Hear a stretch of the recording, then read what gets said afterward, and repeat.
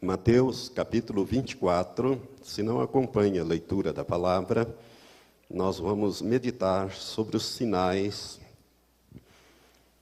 da segunda vinda. E eu gostaria de chamar a sua atenção para um fato desde já. Sinais da segunda vinda. Não quer dizer sinais do arrebatamento. O arrebatamento pode se dar a qualquer momento. Esses sinais são sinais da segunda vinda de Cristo, quando então ele virá com a igreja em poder e grande glória, e também com os anjos, e estabelecerá o seu reino aqui na terra. Quero dizer para o nosso nobre vereador que o tempo do governo dos homens sobre a terra está terminando.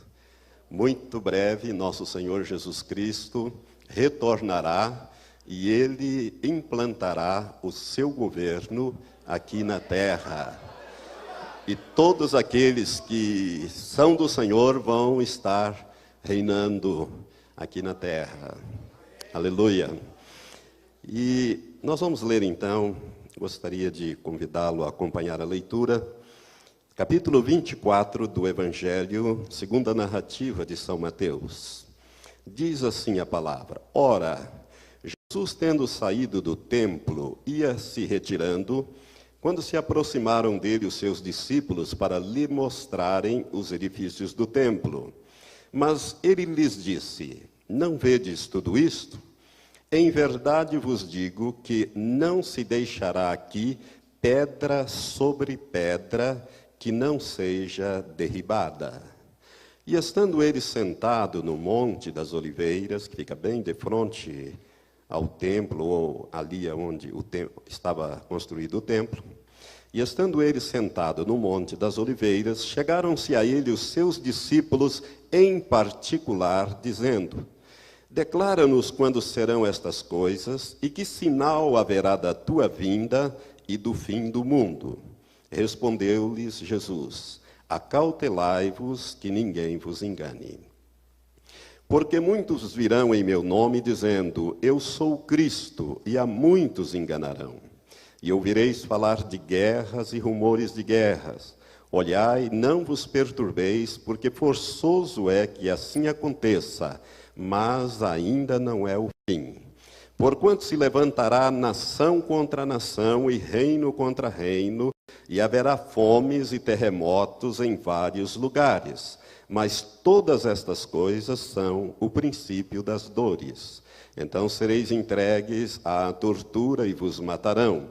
E sereis odiado de todas as nações por causa do meu nome. Nesse tempo, muitos hão de se escandalizar e trair-se uns aos outros, e mutuamente se odiarão. Igualmente hão de surgir muitos falsos profetas e enganarão a muitos. E por se multiplicar a iniquidade, o amor de muitos esfriará. Mas quem perseverar até o fim, este será salvo. E este evangelho do reino será pregado no mundo inteiro em testemunho a todas as nações. E então virá o fim. Observe que Jesus fala que o evangelho será pregado em testemunho às nações. E então virá o fim. Este fim, lembre-se que o arrebatamento vem antes. Agora, vamos para o versículo 32. Aprendei, pois, disse Jesus, da figueira a sua parábola. Quando já o seu ramo se torna tenro e brota folhas, sabeis que está próximo o verão. Igualmente, quando virdes todas estas coisas, sabei que ele está próximo, mesmo às portas. Em verdade vos digo que não passará esta geração sem que todas essas coisas se cumpram. Passará o céu e a terra, mas as minhas palavras jamais passarão. Daquele dia e hora, porém, ninguém sabe, nem os anjos do céu, nem o Filho, senão só o Pai. Pois como foi nos dias de Noé, assim também será a vinda do Filho do Homem. Porquanto assim como nos dias anteriores ao dilúvio, comiam, bebiam, casavam e davam-se em casamento, até o dia em que Noé entrou na arca e não o perceberam, até que veio o dilúvio e os levou a todos. Assim será também a vinda do Filho do Homem. Então, estando 2 homens no campo, será levado um e deixado o outro. Estando 2 mulheres trabalhando no moinho, será levada uma e deixada a outra. Vigiai, pois, porque não sabeis em que dia vem o vosso Senhor. Sabei, porém, isto: se o dono da casa soubesse a que vigília da noite haveria de vir o ladrão, vigiaria e não deixaria minar a sua casa. Por isso ficai também vós apercebidos, porque numa hora em que não penseis, virá o Filho do Homem. Então, o tema que nós vamos trabalhar esta noite vai ser este daqui: os sinais da iminente volta de Jesus. Os sinais da iminente volta de Jesus. Dentro do tema maior, que é a segunda vinda de Cristo, muitas coisas têm que acontecer até a implantação do reino de Deus sobre a terra. Jesus nos ensinou a orar: venha o teu reino. Então, os sinais da iminente volta de Jesus. Você observou que o texto que nós lemos, Mateus 24, de 1 a 44, alguns versículos eu saltei, porque trata de outros assuntos, mas ligado à segunda vinda de Cristo, como a grande tribulação, que é tema de um outro estudo bíblico. No versículo 33, Jesus disse assim: quando virdes todas estas coisas, sabei que Ele está próximo, mesmo às portas. Que coisas Jesus estava se referindo? Os sinais que ele menciona antes.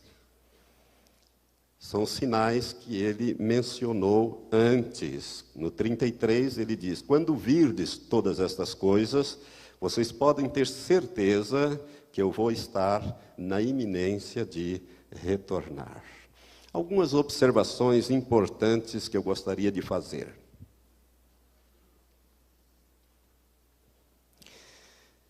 Primeira, este foi o último sermão pregado por Jesus, e foi um sermão pregado, entre aspas, em particular. Ou seja, se você observou a leitura do texto, ele foi um sermão que foi pregado aos seus discípulos. 2 dias depois, como nós vemos em Mateus 26, 2, Jesus foi preso e crucificado. Portanto, foi o último sermão que ele pregou, e ele pregou esse sermão em particular.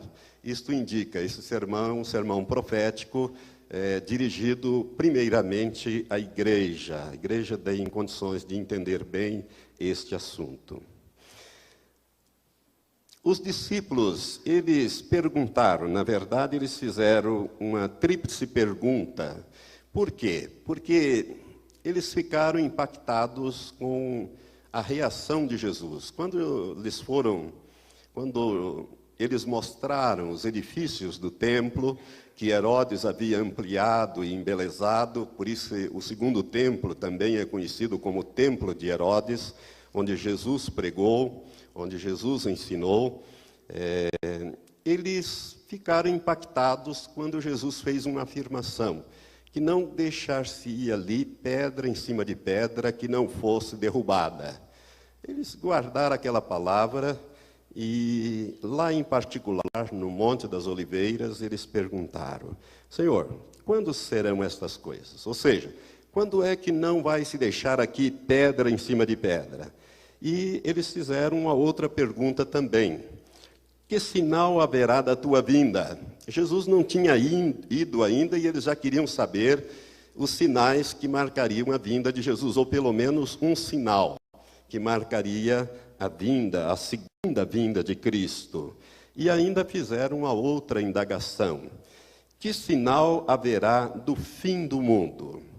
Essa expressão fim do mundo, nós precisamos tomar um certo cuidado com ela. Não se trata do fim do planeta Terra. Por quê? Porque a Bíblia é muito clara no livro do Apocalipse, no capítulo 5, quando nos revelado de que Deus comprou de todas as tribos, línguas, povos e nações, homens e mulheres, e os fez reis e sacerdotes, e eles reinarão sobre a terra. Então não se trata do fim do mundo. Essa expressão fim do mundo, ela tem que ser entendida como o fim do governo do homem sobre a terra, porque hoje os homens é que governam a terra, né, e infelizmente inspirado muitas vezes por espíritos malignos. Mas vai chegar um tempo em que Jesus governará a terra a partir da cidade de Jerusalém. Então eles fizeram uma tríplice pergunta, e a resposta que Jesus começa a dar, ele começa dizendo no versículo 5, acautelai-vos para que ninguém vos engane, porque nesse assunto, irmãos, é possível ser enganado. Então tome cuidado com aquilo que você ouve, né? Cheque com a Bíblia, né? Procure sempre fazer como os bereanos, para saber se essas coisas estão dentro da palavra de Deus, se elas estão coerentes, se elas formam um conjunto coerente. Sinais enumerados por Jesus. Jesus vai enumerar aqui alguns sinais que nós vamos ver. O primeiro deles é falsos cristos. Ele diz aqui em Mateus 24, no versículo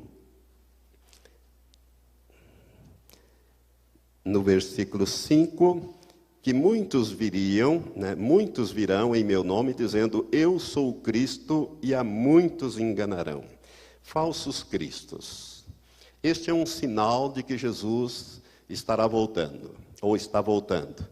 E se nós formos ver, sempre tivemos falsos cristos, mas ultimamente tem aparecido alguns muito ousados. Você já ouviu falar deste homem?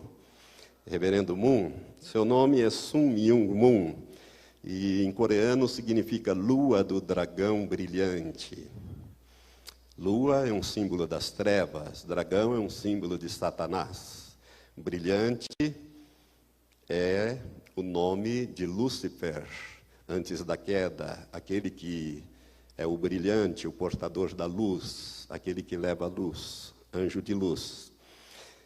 Esse homem, ele escreveu um livro chamado Princípio Divino, onde ele faz umas afirmações que você vai ouvir agora, se você ainda não conhece. Ele diz que ele, o reverendo Moon, é o Cordeiro de Deus que tira o pecado do mundo.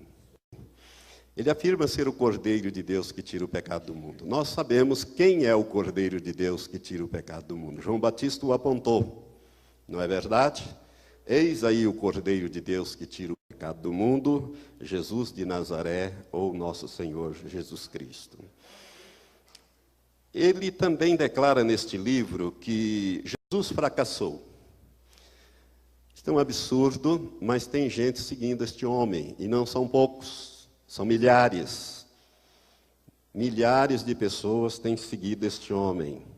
E ele dá lá suas explicações. Ele diz ainda que ele, Moon, é o novo Salvador vindo da Coreia para o mundo. Como se nós precisássemos de um novo Salvador. Nós já temos um, que é o nosso Senhor Jesus Cristo. Ele continua afirmando neste livro, Princípio Divino, que está traduzido para várias línguas, que ele afirma que era para Jesus se casar e ter filhos, e que ele irá completar esta obra inacabada de Cristo. Irmãos, como tem gente que pode seguir uma pessoa que faz semelhantes afirmações? Ele alega também que falou com todos os líderes mencionados na Bíblia, que ele esteve no céu, Deus lhe deu uma capacidade de entender plenamente as Escrituras, portanto, o que ele fala passa a ser algo recebido de primeira mão. E que ele falou com todos os líderes mencionados nas Escrituras. Isto o torna um homem muito importante nos nossos dias, se nós considerarmos isto como válido. Afirma também que Eva teve relações sexuais com Satanás. Ele afirma isso nesse livro. Né? Se isto for verdade, então todos nós somos filhos diretos de Satanás. Misericórdia. Bendito, irmã. Ele afirma também que os novos convertidos devem receber o sangue de Moon para obter salvação. Irmãos, isto, se você não sabe, ele de De tempos em tempos, ele tira porções de sangue, bolsas de sangue dele, da esposa, que são guardados, e depois ele mistura com vinho, e isto é dado para aquelas pessoas que se casam naquelas cerimônias coletivas que a televisão já mostrou várias vezes, em estádios, não é? Então, pessoas que nunca se viram, ele escolhe quem vai casar com quem, e essas pessoas, então, fazem aquelas cerimônias, às vezes centenas, milhares de casais se casam, e nesta ocasião eles bebem de um vinho misturado com o sangue de Mum, para que se obtenha salvação. Depois, isto é concretizado mediante um período de 3 relações sexuais. Estes são os falsos cristos que estão aparecendo aqui. Você se lembra deste homem, Jim Jones? Jim Jones, ele fundou nos Estados Unidos a Igreja do Povo. E em 1978 ele levou quase 1000 pessoas para uma das Guianas e ali ele fez com que essas pessoas tomassem veneno. As que não concordaram foram mortas a tiro e ele depois suicidou. Este homem se declarava o Messias, e arrastou com ele milhares de pessoas nos Estados Unidos, e depois foi decaindo, ele veio então para uma das Guianas e acabou suicidando. Esse é um falso Cristo. Você se lembra também do homem que tentou matar o Papa João Paulo II, Mohamed Ali Yaqqa? Ele se declarava o Messias. Quando ele foi julgado perante os tribunais italianos em 1978, ele afirmou ser o Cristo reencarnado. Aí você poderá estar dizendo, graças a Deus, pastor, que essa gente toda são todos estrangeiros, né? Graças a Deus que no Brasil não existe desses aí. Será que não? Você já ouviu falar deste? Iri Cristo, de Curitiba. Ele afirma ser o Cristo reencarnado. E foi manchete, inclusive, da revista Isto É, há uns anos atrás. Não é? Olha para a figura e você vai observar certa similitude com esses quadros que se pintam de Jesus. Um Jesus loiro, olhos claros, cabelos longos, veste com uma roupa branca, uma túnica vermelha. E eu quero dizer para vocês que tem gente seguindo este homem. Parece que agora ele saiu de Curitiba e foi para Brasília. Não sei não, vamos ver o que vai dar isso. Mas Jesus falou sobre os falsos cristos. Falou sobre os falsos cristos. Irmãos, vão acontecer ainda mais. Eu quero dizer para vocês que falsos cristos e falsos profetas são sinais do tempo do fim. E nós vamos ver muita gente operando grandes sinais e maravilhas e arrastando milhares de pessoas após si. Então você preste atenção nisto. É por isso que Jesus falou que assim como o relâmpago se mostra no ocidente até o oriente, assim será a vinda do Filho do Homem. Jesus fala disto quando ele toca ali mesmo em Mateus 24 sobre a grande tribulação, que nós não vamos abordar. Um segundo sinal que Jesus falou é sobre guerras e rumores de guerras. Apenas para que você saiba, quero passar rápido por esses temas. No século XX, ocorreram mais de 250 guerras no mundo, entre guerras civis e guerras internacionais. Morreram mais de 100 milhões de pessoas, com um número ainda maior de mutilados no século XX. No século XXI já começou com uma guerra afetando todo mundo no planeta, quando houve em 11 de setembro o ataque aos Estados Unidos por terroristas, e Bush declarou guerra, né, aos países ali, Afeganistão, depois o Iraque, e tudo isso tem afetado o mundo inteiro, né, através dessas guerras. Guerras e rumores de guerras. Isso fala, irmãos, do cavalo vermelho, quando a paz é tirada da terra. O segundo selo de Apocalipse, capítulo 3, versículos 3 e 4. A paz é tirada da terra. Jesus fala também, quando ele está falando com os discípulos, sobre nação contra nação. Nações que parecem amotinadas. Hoje as nações não se entendem. E para você ter uma ideia, na Guerra do Golfo de 1991, 88 nações aprovaram a invasão do Iraque, porque ele havia invadido o Kuwait, ou Kuwait. Né? Então, 88 nações aprovaram esta guerra e 28 delas enviaram tropas, inclusive da América Latina, apenas a Argentina enviou tropas para esse lugar. O quarto sinal que Jesus fala aqui em Mateus 24 é sobre a fome. E Jesus diz que a fome ocorreria em vários lugares, não em todos os lugares. Se você olhar para este versículo, quando ele fala isto, ele fala no versículo 7, porquanto se levantará nação contra nação, reino contra reino, e haverá fomes em vários lugares. A fome é o cavalo preto de Apocalipse 6. Nós temos o cavalo branco, que é o anticristo. Ele é liberado, ele já foi liberado, ele já está agindo, né? E breve deverá assumir o seu lugar na história. Não vamos falar sobre o anticristo, mas ele já está praticamente pronto para assumir o seu lugar na história. E ele representa o cavalo branco, aquele que recebeu então uma coroa, um arco, e saiu vencendo e para vencer. O cavalo vermelho é a paz tirada da terra, quando as guerras e também a violência, o aumento da violência no mundo, e o cavalo preto, que representa a fome. E eu quero falar um pouco sobre fome. Irmãos, as mudanças climáticas ocasionadas pelo aquecimento global têm trazido fome no mundo. Não sei se você está acompanhando isto mais de perto, mas em razão da mudança do clima, nós temos, o aquecimento global tem gerado mudanças do clima.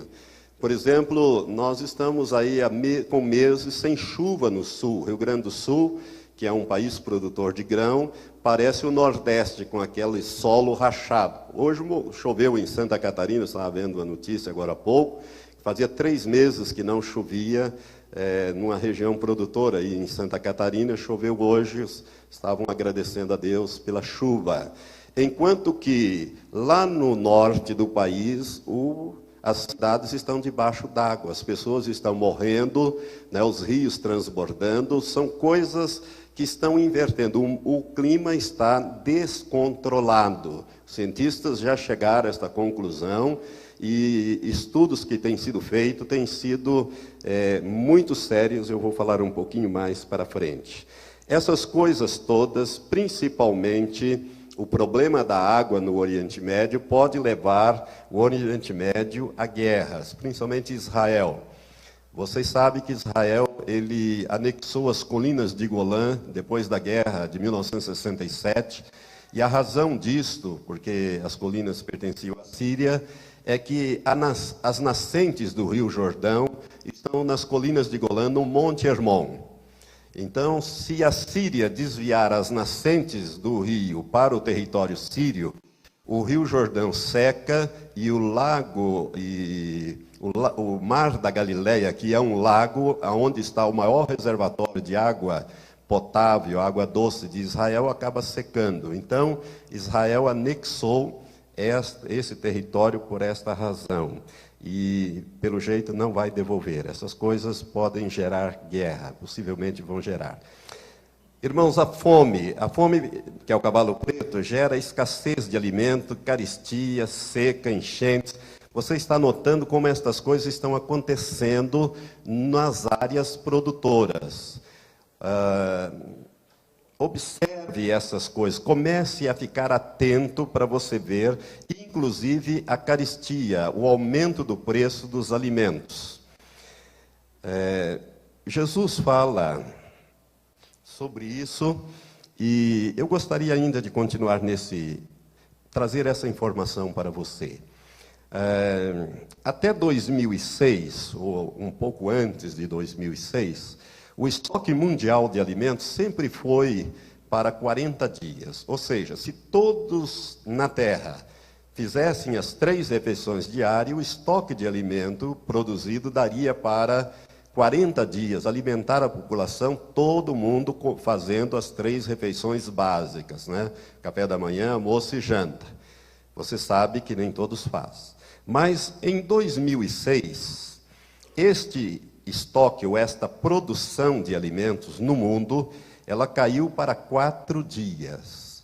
Ou seja, se todos comessem as 3 refeições, fizessem as 3 refeições, o estoque de alimento em 2006, isto dito por cientistas que estudam este assunto, só daria para 4 dias. Dados fornecidos pela FAO, que é um órgão da ONU que controla as informações sobre produção e distribuição de alimentos, afirma que mais da metade, em 2008, em junho de 2008, nós passamos de 6 bilhões 666 milhões de seres na Terra. Foi dia 8 de junho. Irmãos, mais da metade desses 6 bilhões e 666 milhões, não faz as 3 refeições diárias. Faz 1 e 2, mas não consegue fazer as 3. Isto uma vez levou o secretário de Defesa dos Estados Unidos, há uns anos atrás, há umas décadas atrás, Robert McNamara, a dizer que metade do mundo não dorme porque tem fome, e a outra metade não dorme porque tem medo dos que têm fome. Isto é uma grande realidade. A fome é algo muito sério, é muito sério. E aqui tem uma informação também, dado da FAO. 1 bilhão e 300 milhões de pessoas têm menos de $1 para se alimentar por dia. 1 bilhão e 300 milhões de pessoas. A fome é uma realidade. Há uma semana atrás, exatamente no dia 7 desse mês, eu estava, por acaso, vendo um discurso do senador Pedro Simão no Congresso Nacional. Eu estava lendo esse discurso, muito preocupado com essa situação da gripe suína e gripe de frangos, que mataram milhões de frangos, agora já estão falando em matar os porcos, por causa da gripe suína, o Egito já mandou matar todos os porcos. Isto tudo gera fome. E ele, preocupado com isso, com esses vírus e essa coisa toda, ele estava lendo um discurso. E ele fez uma afirmação ali que me chocou, eu não sabia. Ele disse que 4 pessoas morrem por minuto na Terra de fome. A cada minuto, 4 pessoas morrem na Terra de fome, ou por causa da fome. A fome é uma realidade nos nossos dias e ela está indicando a volta de Jesus. Jesus disse que estes sinais antecederiam a sua segunda vinda. Portanto, nós precisamos estar atento a isto. Lá em capítulo 6, quando fala do cavalo vermelho, a Bíblia diz que iríamos chegar numa época em que 1 queniz de trigo seria vendido por 1 denário e 3 quenizes de aveia por 1 denário. Irmãos, 1 queniz, segundo os estudiosos, é uma medida de menos de meio quilo. Seriam 450 gramas de trigo pela jornada de trabalho de um trabalhador. 20, 30 reais, que é o que ganharia um trabalhador braçal, da roça, ou qualquer coisa assim. Né? E a aveia é o alimento dos animais, dos cavalos, dos bois e das pessoas pobres. Né? 3 quenizes, 3 porções, valendo 1 denário. Mas há ali uma afirmação muito importante que eu gostaria de trazer para você. Deus disse, não danifiqueis o azeite e o vinho. Quando ele libera este cavalo preto, que é o cavalo da fome, né, símbolo da fome, ele diz, não danifiqueis o azeite e o vinho. Nós sabemos que o vinho é símbolo do sangue de Cristo, aqueles que foram lavados pelo sangue do Cordeiro. E o azeite é o símbolo do Espírito Santo. Nós somos selados com o Espírito Santo para o dia da redenção. Ou seja, em outras palavras, não toque a fome em quem tem a salvação de Deus e o Espírito Santo habitando nele. Essa é a minha interpretação desta frase, irmãos. Por isso nós vamos chegar num período, amados pastores, irmãos, nós vamos atingir uma época dos milagres da multiplicação. Nós vamos chegar a essa época em que nós vamos ter que exercitar fé para a multiplicação. Se você nunca leu, tem um livro, eu não me lembro a editora agora, mas o autor é Jesse Hinckley. Ele chama-se Rara Estirpe de Fé. Este livro lhe conta a história de um pastor negro dos Estados Unidos durante a Grande Recessão de 1929. Ele tinha, na época, 12 filhos, ele teve 17 filhos. Né? Na época ele tinha 12 filhos. Ele conta a experiência dele, ele morava no porão da igreja e acabou o dinheiro e a última oração que ele fez numa panela de carne e no dia seguinte a panela estava cheia novamente. Ele tornou a orar, comer e no dia seguinte a panela estava cheia novamente. E eles comeram carne durante meses e meses e meses. Deus foi multiplicando aquela panela de carne com feijão e outras coisas. Devia ser uma espécie de feijoada, não sei bem, né? Ele não esclarece. Isto nos nossos dias, 1929.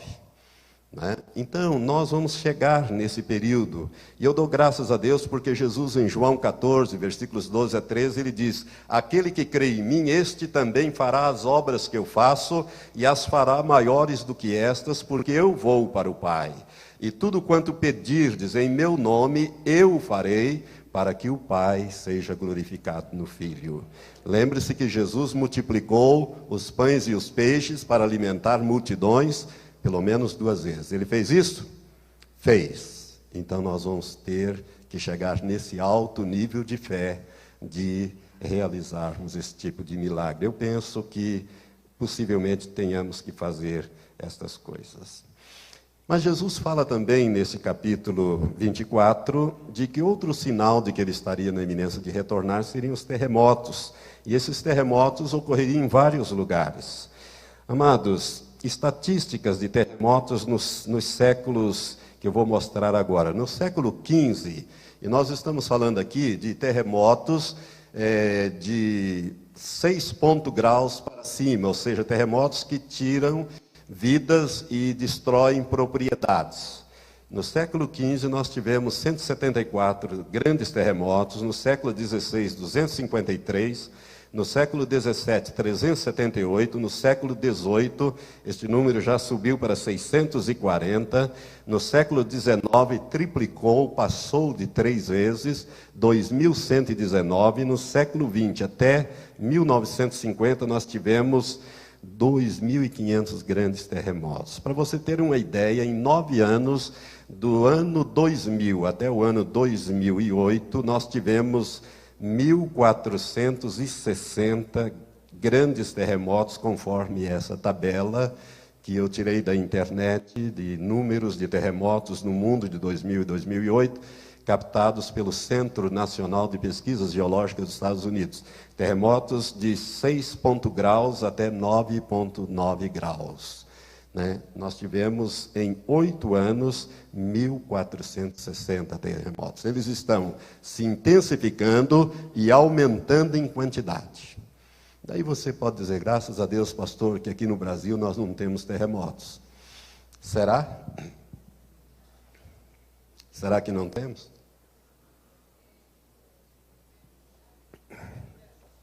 João Câmara, lá no Ceará, diz que temos. Minas Gerais também, de vez em quando, sai no noticiário. Já até morreu uma criança lá, caindo uma das paredes em cima dela.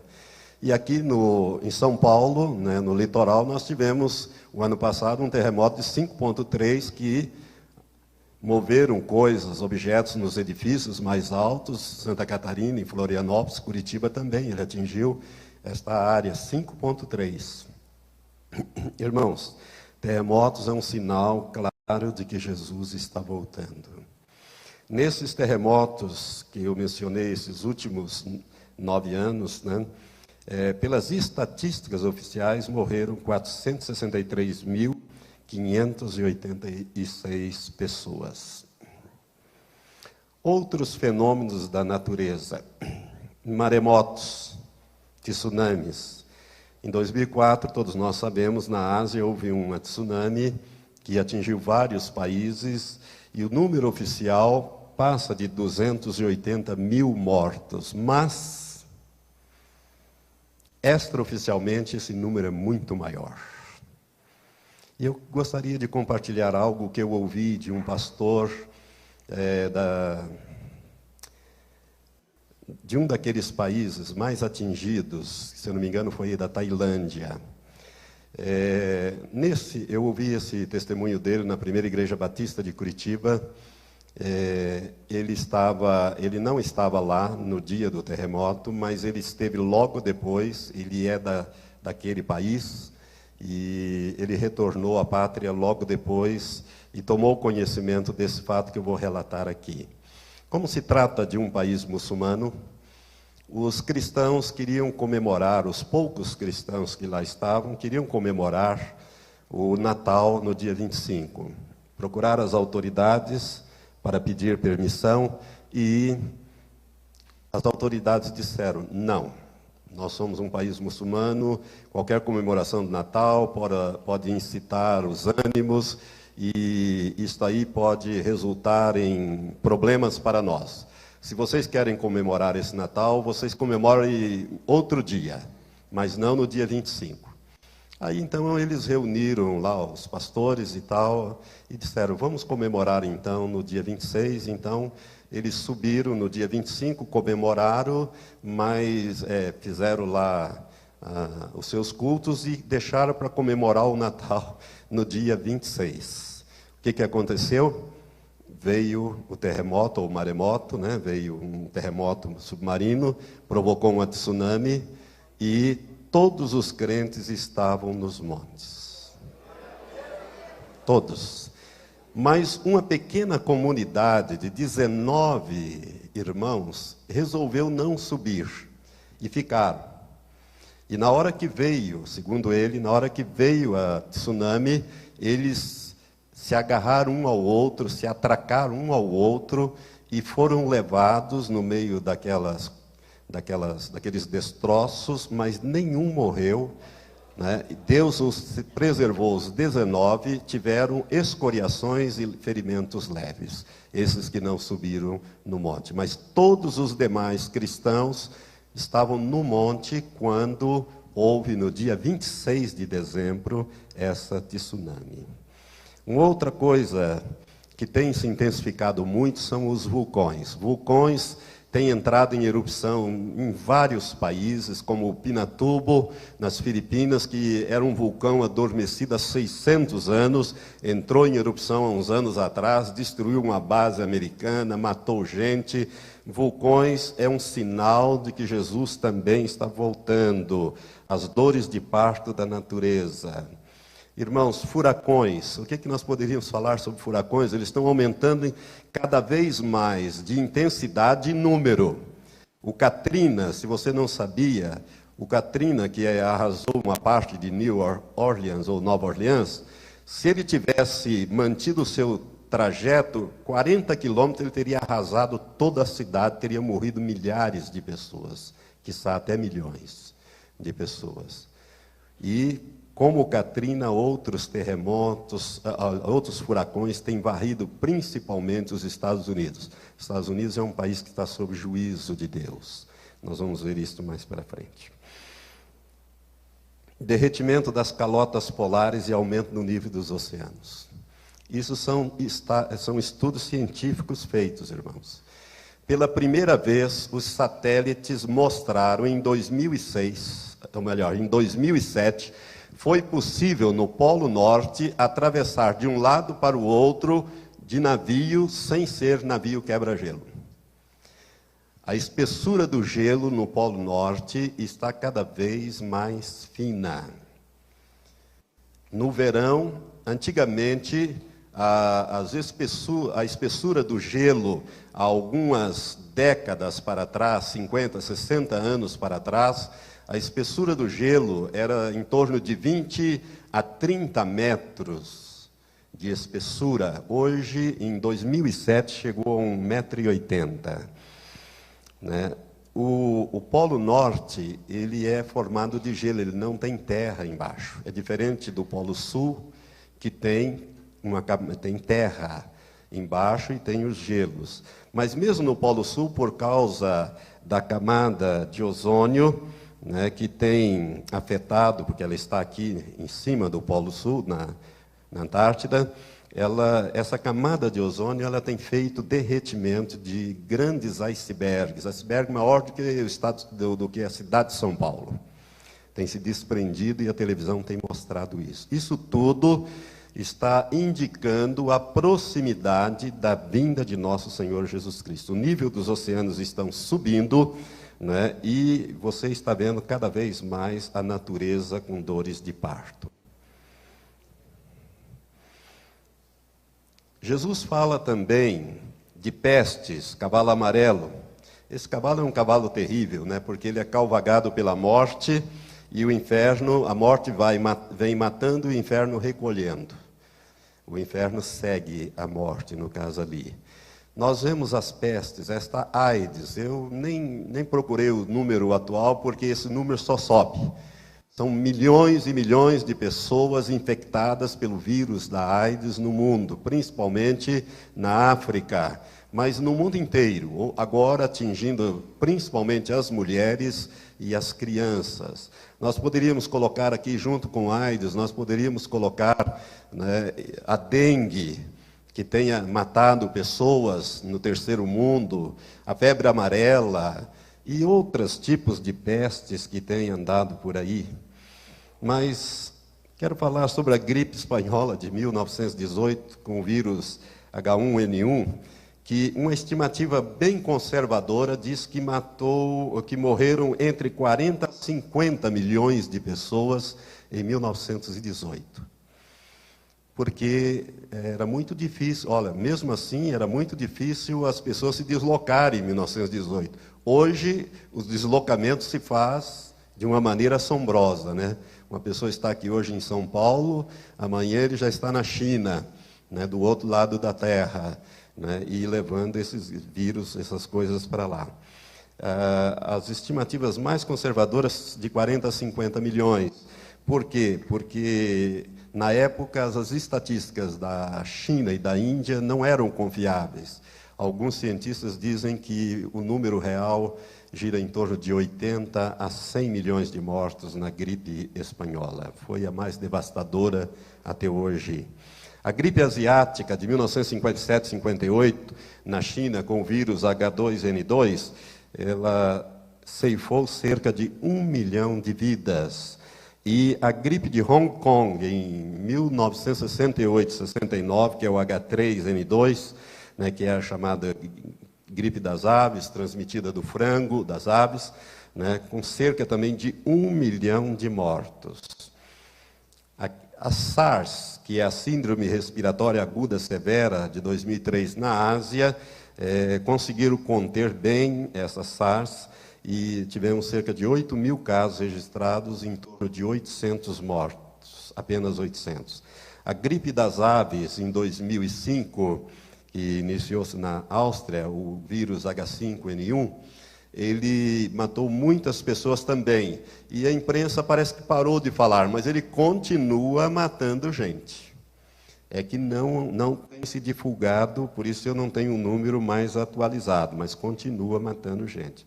E agora, em 2009, o H1N1, no México, em andamento. Eu não sei, porque eu estive lá no Vale da Bênção, eu não sei como é que... Lá não tem televisão, né, pastor? Então, não sei como que anda os números, mas deve ter subido bastante os números de infectados e também de mortos. Então, estas pestes fazem parte desse cenário de mortandade que antecede a volta de nosso Senhor Jesus Cristo. A varíola é talvez o maior pesadelo daqueles que conhecem esse assunto. A varíola é considerada, desde 1980, erradicada da Terra. Não há varíola na Terra. Em contrapartida, os Estados Unidos e a Rússia, eles preservaram o vírus da varíola intacto, puro, para fazer armas bacteriológicas. que se sabe são esses 2 países que possuem o vírus da varíola. Agora, a varíola é terrível, amados, porque em 3 pessoas infectadas, 2 morrem e a terceira fica num estado deplorável. Por isso que quando, na Guerra do Golfo, o Saddam Hussein, antes do Saddam lançar aqueles mísseis Scud contra Israel, Israel vacinou toda a sua população contra a varíola. Israel é um dos poucos países do mundo que tem vacina para toda a sua população. Os Estados Unidos não tem, eles só têm vacina suficiente para vacinar as Forças Armadas, forças policiais e o pessoal da área da saúde, médicos, enfermeiros, essas coisas. O mesmo acontece com os países europeus e russos também. Por isso que é o pesadelo. Por quê? Porque se a varíola for usada como guerra bacteriológica ou voltar, não há proteção para ela. Ela mata mesmo. Multiplicar da iniquidade. Jesus falou aqui também em Mateus 24 que haveria um multiplicar da iniquidade. No versículo 12, ele diz que por se multiplicar a iniquidade, o amor de muitos esfriaria. E nós vemos isto acontecer diante dos nossos olhos. Eu tenho um recorte de jornal que eu poderia mostrar, está aqui, mas vou poupar, quero andar um pouco mais depressa. Mas tem um recorte de jornal denunciando. 2 juízes italianos vieram alguns anos atrás ao Brasil e denunciaram às autoridades judiciárias e policiais brasileiras que cerca de 300 crianças que foram adotadas no Brasil e levadas para a Europa, inclusive para a Itália, essas crianças foram mortas e seus corpos mantidos com morte cerebral e os seus órgãos vendidos para transplante. Irmãos, uma criança totalmente retalhada chegava a render a estes homens iníquos cerca de $1,5 milhão de dólares. Os órgãos eram vendidos entre 40 mil a 100 mil, dependendo do órgão. E isto era feito na Tailândia e no México, havia esses lugares. Eles trouxeram documentos e comprovatório disso, né? Por isso que o governo tomou algumas atitudes mais drásticas em relação à adoção, principalmente internacional, mas isto vem acontecendo, inclusive crianças que são mortas ou desaparecem e às vezes são vendidas e retalhadas para esta finalidade. Eu digo para você, se isto revolta o nosso coração, imagina o coração de Deus. Isto é o aumento da iniquidade. Deus vai julgar a iniquidade dos homens, não tenha dúvida disso. Ainda dentro desse item, multiplicar da iniquidade, você já ouviu falar do satanismo, né? Sacrifício de crianças por seitas satânicas. Nós tivemos um caso no Paraná, na cidade de Guaratuba, em que, na época, envolveu a esposa do prefeito, a filha do prefeito, deu uma repercussão internacional. Este caso foi julgado, comprovado, a criança, o menino, foi sacrificado num ritual satânico. Irmãos, isso não é raro, não. Essas coisas acontecem no mundo inteiro. Essas coisas vêm acontecendo. Então, isto é um multiplicar da iniquidade. Os jornais e a televisão têm mostrado pais matando os filhos, como aquela menina Isabela, né, que acho que foi em São Paulo, né, que o pai e a madrasta jogaram lá do prédio, aquela criança que teve uma repercussão nacional e até internacional. E quantas notícias nós vemos de pais matando filhos e filhos matando pais por causa de herança. Isso, irmãos, é o multiplicar da iniquidade. Por causa disso, o amor de muitos, ou dentre os muitos, esfriaria. Nós estamos vivendo esse tempo. Nem animais fazem essas coisas. Os animais procuram preservar os seus filhos. Homicídios sem nenhuma razão. Nós temos visto aí assaltos em postos de gasolina, onde os ladrões, depois de terem tudo o que queria, atira nos caixas, nas pessoas. Uma senhora morreu esses dias, deixando uma criança. Né? Esses assaltos em coletivos, em ônibus, morte de cobradores, sem nenhum motivo. As pessoas estão matando umas às outras. Né? Teve uma repercussão muito grande no meio evangélico, aquele caso daquele casal com a filha que vieram da igreja e desceram num determinado lugar, e 3 assaltantes abordaram e pediram a bolsa da moça, ela entregou, mas quando eles iam, ela disse: me deixe, por favor, a Bíblia e o crachá. Eles deram a Bíblia e o crachá, mas deram um tiro na cabeça da moça e matou. Sem nenhuma razão estas coisas estão acontecendo. É o desamor, né?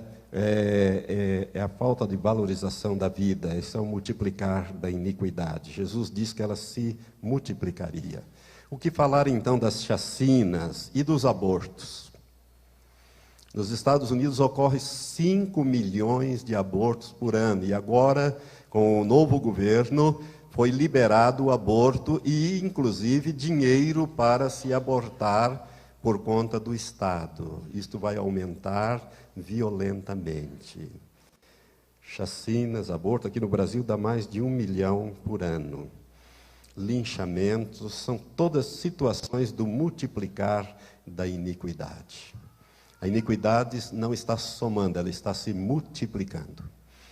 Amados, a Bíblia fala também, não é Jesus que fala em Mateus 24, mas a Bíblia fala em Daniel 12, que haveria um outro multiplicar, que é o multiplicar da ciência. Em Daniel 12:4, a Bíblia fala de que nos últimos dias os homens correriam de um lugar para o outro e a ciência se multiplicaria. Então é o multiplicar da ciência. Hoje os homens parece que não param, né? Eles andam de um lugar para o outro, as distâncias encurtaram, né? É um multiplicar da ciência. O grande cientista Newton, Sir Isaac Newton, ele, muito famoso, né? Criou, a ele devemos a mecânica celeste, a matemática newtoniana, né? Ele é considerado o pai dos cientistas modernos, né? E a lei da gravidade, descoberta por Newton. Newton era um estudioso da Bíblia, ele era um homem muito crente e gostava de estudar profecias. Ele estudava muitas profecias, tanto que quando ele se aposentou da reitoria da Universidade de Cambridge, na Inglaterra, ele foi substituído pelo grande economista John Maynard Keynes. E Keynes, ao examinar os escritos que Newton havia deixado lá, ele ficou espantado, porque 60% do que Newton deixou escrito não era sobre mecânica celeste, não era sobre matemática, não era sobre a lei da gravidade, era sobre escatologia, era sobre profecias do tempo do fim. Newton acreditava que havia um código oculto na Bíblia e que não só a Bíblia, como todo o universo era um grande criptograma escrito pelo Deus Todo-Poderoso para que o homem decifrasse. Ele deixou isso escrito, inclusive. Nós vamos falar sobre o código da Bíblia mais para frente. Um dos estudos vai ser este. E nós vamos voltar a Newton. Mas Newton, estudando Daniel 12:4, ele deixou algo escrito. Ele disse assim, que a ciência ia, nos últimos dias, se multiplicar tanto, mas tanto, que o homem seria capaz de viajar a espantosa velocidade de 80 km por hora.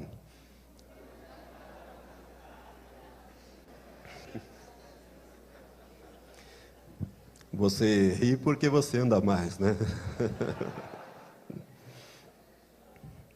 O pastor Rufino, eu vejo que ele anda bem. Né? Aquele carro dele anda rapidamente. Voltaire, que veio bem depois de Newton, um homem muito inteligente também, sádico, ateu, ele, olhando para esses escritos, ele dizia aos seus companheiros: veja o que o estudo da Sagrada Escritura fez a grande mente de Newton, dizia Voltaire. Porque todos nós sabemos que se um dia o homem conseguir andar ou viajar à velocidade de 80 km por hora, ele ficará sufocado, dizia Voltaire. Né? Nós podemos rir tanto de Newton como de Voltaire. Mas, irmãos, hoje os ônibus espaciais, hoje não, há muito tempo, os ônibus espaciais levantam da Terra e dão uma volta em torno do globo terrestre a cada 88 minutos. E depois voltam e pousam tranquilamente, sobe outra vez e desce, levam materiais, estão formando lá uma estação espacial. Isto é o multiplicar da ciência. Não é 80 km por hora, é 88 minutos, uma volta completa em torno da Terra. O que dizer? Quando os computadores foram inventados, eles usavam válvulas. Então, a memória do computador era trabalhada com válvula, tipo 100 metros quadrados de válvula para poder operar aquele computador bem rudimentar. Hoje, um microchip, ele tem milhões de cálculos, ele faz bilhões de cálculos por minuto. Que você põe na ponta do dedo, microchips. Isso é o multiplicar da ciência. Na Guerra do Golfo de 1991, usaram-se satélites espiões. Então veio à tona esse negócio de satélites espiões. Desconfiava-se disso, mas não se sabia ao certo. Mas ficou evidenciado que com esses satélites espiões você era capaz de fotografar a manchete de um jornal de alguém sentado no banco da praça lendo. Um jornal você era capaz, através de satélites espiões. Satélites capazes de ouvir, inclusive, conversas, aparelhos que hoje... por isso que a Polícia Federal tem pego tanta gente para lá e para cá. Porque, no tempo de Fernando Henrique, eles conseguiram comprar os mesmos aparelhos que o FBI usa, né, no sistema de monitoração de gravações, e o governo americano autorizou a venda, por isso que hoje pega o pessoal falando, né, e dá essas operações Satyagraha e outras tantas aí, né? Mas isso é o multiplicar da ciência, irmãos. Na Guerra do Golfo usaram esses mísseis Tomahawk, que existe até hoje, é a chamada bomba inteligente. É um negócio esquisito, né? Bomba inteligente. Ela é guiada por computador. O míssil que um navio solta lá do oceano, ele viaja 3.000 quilômetros, desviando de todos os alvos, para cima e para baixo, fora do nível do radar, fora da captação do radar, e tem a capacidade de acertar um alvo com margem de erro de 30 centímetros. É como se ele mirasse no estômago, ou no peito, e acertasse no estômago, ou vice-versa. Esses mísseis estão aí, estão os Tomahawks. Hoje temos aviões invisíveis, Estados Unidos tem aviões invisíveis, e a Rússia anunciou ao ano passado, ela anunciou que desenvolveu uma tecnologia especial e fabricou e tem mísseis invisíveis ao radar. Jacques Chirac, quando era presidente da França, quando ele estava terminando o mandato dele, esteve com Putin, acho que foi em 2007, e Putin mostrou essa tecnologia a Jacques Chirac. Eu quero dizer para vocês, irmãos, que os mísseis invisíveis, eles tornam obsoleto qualquer sistema de defesa na Terra. Por quê? Porque eles são capazes de colocar uma ogiva nuclear em qualquer lugar, invisível ao radar. E quando a Rússia anunciou isso, 2 meses depois, o Irã anunciou que tinha mísseis invisíveis também. Ora, o Irã não tem nem a tecnologia da bomba, mas já tem um míssil invisível. Quem que passou para eles? A Rússia. A Rússia vende armas para o Irã. A Rússia tem um tratado de proteção do Irã, que eu vou falar quando eu falar sobre a Guerra do Golfo. Qualquer país que atacar o Irã, dá direito à Rússia de atacar este país. Multiplicar da ciência. Ainda, só para você se lembrar, em 1969, há 50 anos atrás, o homem foi na Lua, não uma, mas 3 vezes, foi e voltou. Hoje nós temos sondas, né, em Marte, fazendo escavações, fotografando e descobrindo coisas, coletando os dados. O telescópio Hubble, que já está ficando obsoleto, ele tem descoberto coisas extraordinárias sobre o nosso universo. Você se lembra disso aqui, não lembra? Há 10 anos atrás, 1997, foi capa de todas as revistas do mundo, a ovelha Dolly. a clonagem da ovelha Dolly. Desde a Segunda Guerra Mundial, que um assunto não ocupava as páginas das principais revistas do mundo. Em 1997, a ovelha Dolly, a Revolução de Dolly. Já é possível clonar o ser humano. Irmãos, tem alguns países na América Central que estão trabalhando nesse negócio de clonagem humana. Tem saído notícias sobre isso, alguns negam, mas já está comprovado que estão tentando clonar seres humanos.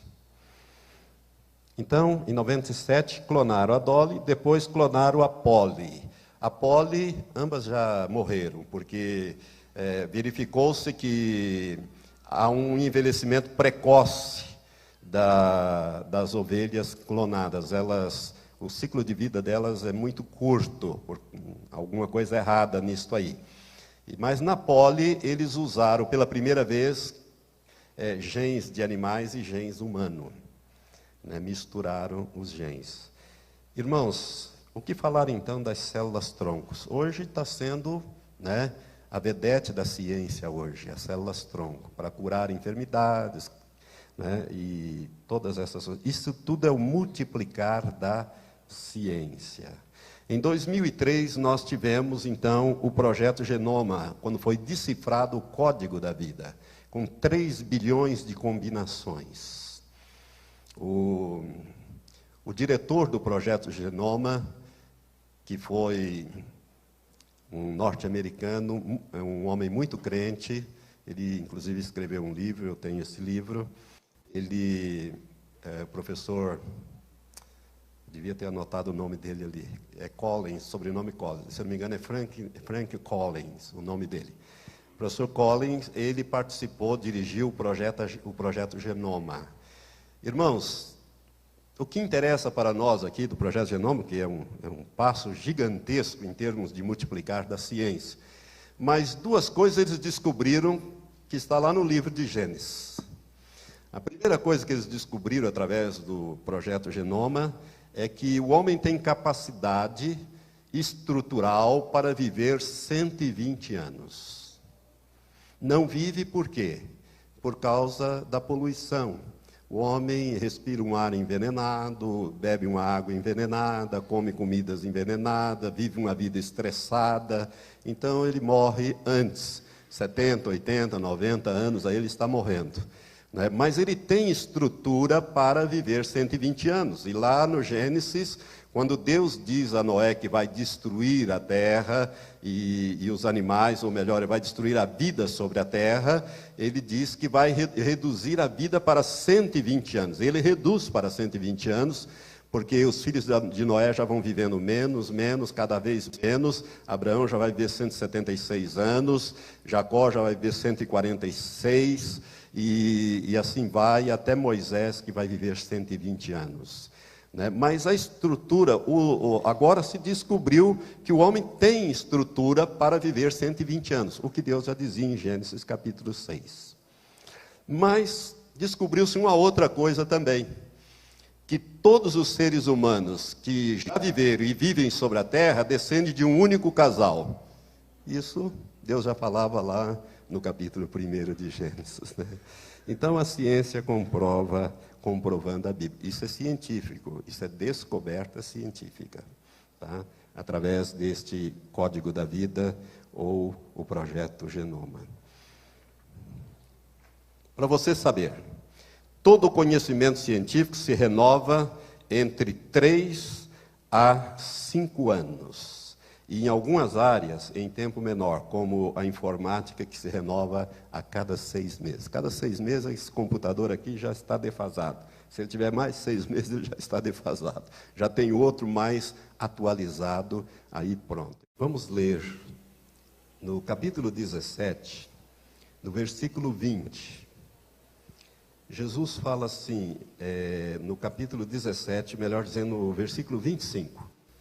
Jesus está falando aqui sobre a vinda, e a sua vinda e a implantação do reino de Deus aqui na terra. Ele diz no versículo 25, mas primeiro é necessário que ele padeça muitas coisas e que seja rejeitado por esta geração. E no versículo 26 ele diz, Como aconteceu nos dias de Noé, que é este o sinal que eu gostaria de falar agora, dias de Noé. Como aconteceu nos dias de Noé, assim também será nos dias do Filho do Homem. Comiam, bebiam, casavam e davam-se em casamento, até o dia em que Noé entrou na arca e veio o dilúvio e os destruiu a todos. Como também, Jesus continua falando, da mesma forma aconteceu nos dias de Ló. Comiam, bebiam, compravam, vendiam, plantavam e edificavam. Mas nos dias em que Ló saiu de Sodoma, choveu do céu fogo e enxofre e destruiu a todos. Assim será no dia em que o Filho do Homem se há de manifestar.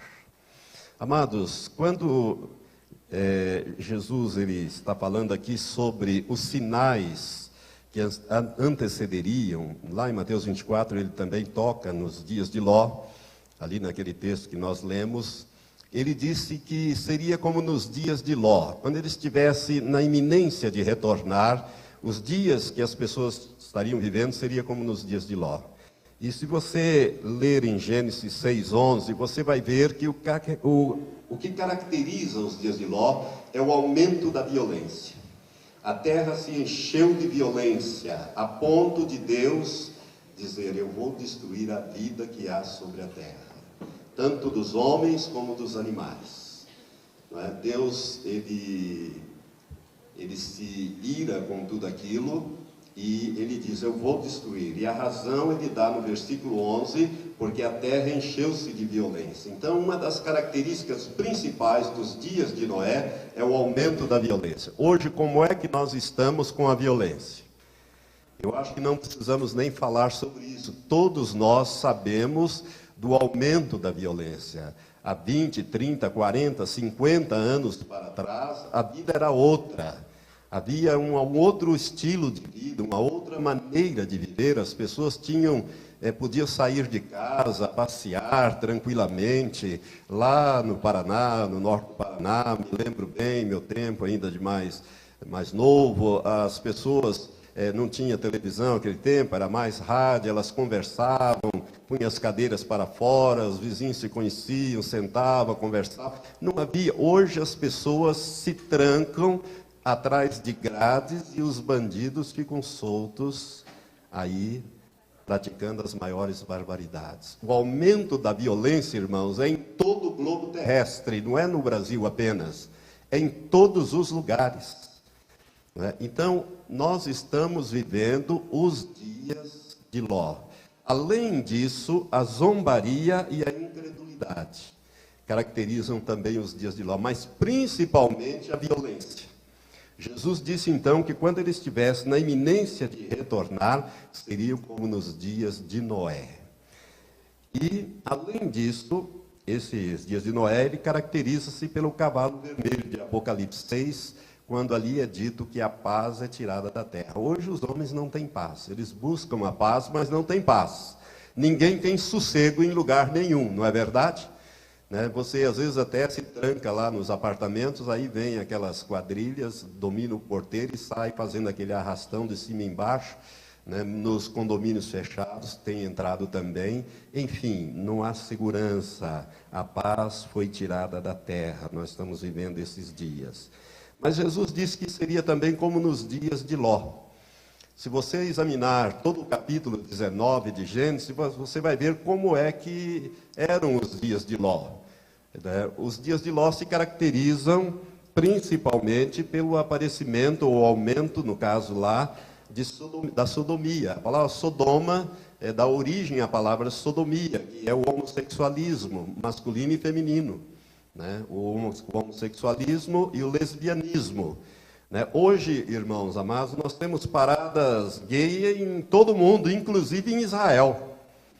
Não sei se você sabia disso, mas tem parada gay em Israel. Isto está enchendo a medida da iniquidade. E toda vez que o pecado sobe, Deus, que é paciencioso, ele deixa que o pecado atinja uma certa medida para colher.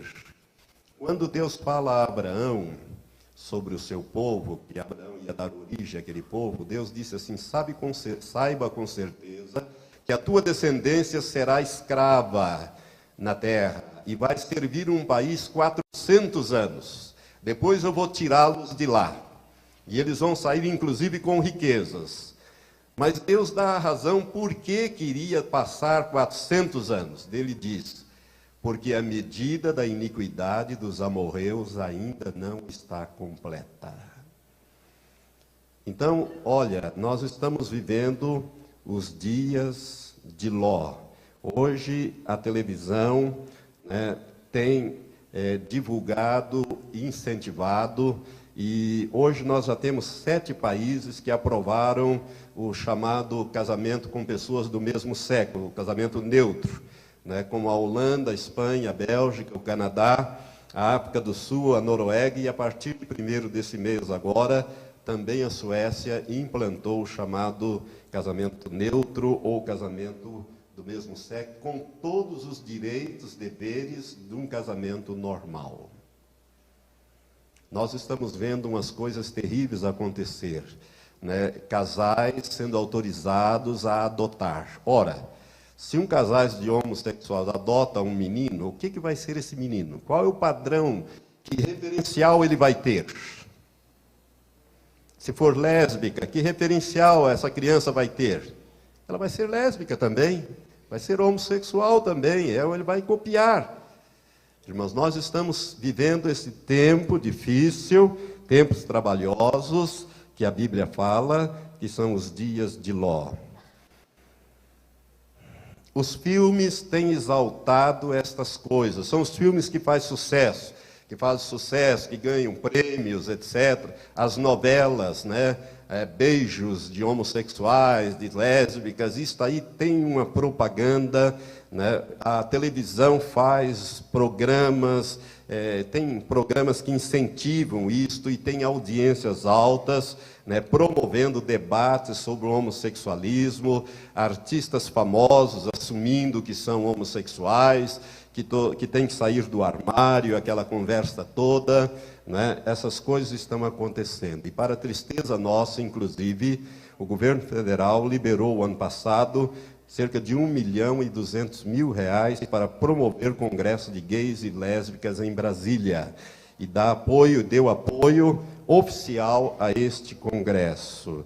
E está no Senado Federal um projeto de lei complementar número 122/2006, que já foi aprovado na Câmara dos Deputados, a toque de caixa meio escondido, e agora está no Senado, que era para ser aprovado essa semana passada, não sei como ficou isto, mas que está sendo, as igrejas têm orado, se levantado em oração, e já foi prorrogado, a senadora Fátima Freire está liderando, o pessoal do PT, o governo está dando todo o apoio à aprovação desse projeto de lei complementar 122, aprovando a criação daquilo que se convencionou chamar o crime de homofobia. Então, se isto for aprovado, eu quero dizer para você, minha amada irmã, que se você tiver uma empregada e você descobrir que ela é lésbica e você a despedir, você vai ficar sujeita a uma pena de 2 a 5 anos de prisão. Isso está nesse projeto. Se você, pastor, se recusar a fazer um casamento de um homossexual ou de uma lésbica, fica sujeito à mesma pena. Enfim, irmãos, está tirando a liberdade que nós cristãos temos. E nós não podemos permitir que essas coisas ocorram no nosso país. Temos que clamar ao Senhor. Se nós não clamarmos, essas coisas estão para serem implantadas. É o aumento, é o aparecimento e o incremento dos dias de Ló que nós estamos vivendo debaixo dos nossos olhos, ou no nosso nariz, se nós quisermos dizer assim, com a aprovação do nosso governo, inclusive. O terceiro sinal que eu gostaria de ressaltar, que é o 11º aqui, é a parábola da figueira. Os dias de Noé e os dias de Ló, eu acho muito importante, porque Jesus disse que ele estaria às portas quando estivesse acontecendo. E eu quero dizer a você que há 40, 50 anos atrás, quando uma família tinha um homossexual, uma lésbica, isto era escondido, isto era abafado, ninguém ficava sabendo. Hoje não, hoje as coisas são exaltadas na televisão, nos filmes, nos debates, não é? Quer dizer, hoje parece que é uma coisa boa você ter esta opção sexual, né, errada, condenada por Deus na sua palavra. Deus ama o homossexual e ama a lésbica, mas ele odeia o homossexualismo e o lesbianismo. Ele odeia esta prática, ele não odeia a pessoa. E nós temos que amar as pessoas, orar por elas e vê-las libertas pelo poder de Deus. Só Jesus pode libertar uma pessoa dessas práticas. Mas além desses dois sinais, existe a parábola da figueira de que Jesus fala em Mateus 24, a partir do versículo 32. E é interessante este sinal, porque a figueira, irmãos, na Bíblia, segundo quase que todos os teólogos, comentaristas, escatologistas, pessoas que estudam a palavra de Deus, principalmente as profecias, eles dizem que a figueira é um símbolo de Israel. Israel é representado na Bíblia como uma figueira. Lá no Velho Testamento, Deus fala da figueira que produz figos bons e figos ruins, e atribui a Israel, Israel sendo a figueira. A igreja é a videira, Israel é a figueira. Nós somos retratados, a igreja, como a videira, né? Jesus disse em João 15, eu sou a videira verdadeira, vós sois as varas, meu pai é o lavrador ou o viticultor, né? Nós somos comparados à igreja como a videira, mas Israel tem como símbolo a figueira. E Jesus fala aqui algo muito importante que nós gostaríamos de ressaltar.